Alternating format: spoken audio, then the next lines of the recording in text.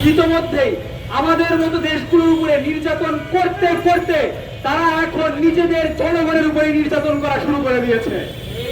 আমরা দেখতে পেয়েছি যে তাদের এই নির্যাতন শুধু তাদের দেশের মুসলমান জনতার মধ্যেও এখন আর সীমাবদ্ধ নাই। এখন তাদের এই নির্যাতন তাদের দেশের সকল ধর্মাবলম্বীদের মধ্যে ছড়িয়ে গিয়েছে।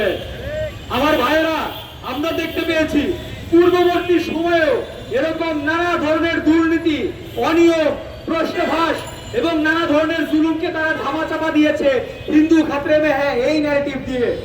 আমার ভাইয়েরা, আমরা এখনো জানি না যে সামনেও এই ন্যারেটিভ দিয়ে এই আন্দোলন কোনোভাবে দমন করে কিনা।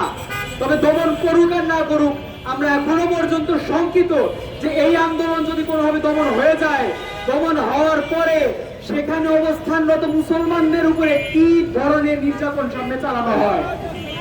আমার প্রিয় ভাইরা, আমরা স্পষ্ট ভাষায় বলতে চাই যে ভারতের সরকারের সাথে আমাদের নানাবিধ বৈরিতার সম্পর্ক হয়তো থাকতে পারে। আমরা বিভিন্ন সময়ে ভারত সরকারের নানাবিধ অত্যাচার এবং আধিপত্যবাদের বিরুদ্ধে বরাবর কথা বলেছি, কিন্তু তাদের খেটে খাওয়া সাধারণ মানুষের সাথে আমাদের কোনো শত্রুতা নাই।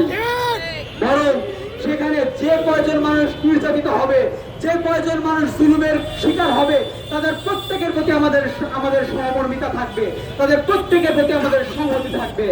আমার প্রিয় ভাইরা, we from the center point of Bangladesh hereby do declare that the people of Bangladesh in the banner of Inqilab Mantra hereby do declare complete solidarity with the entire movement of Cockroach Party.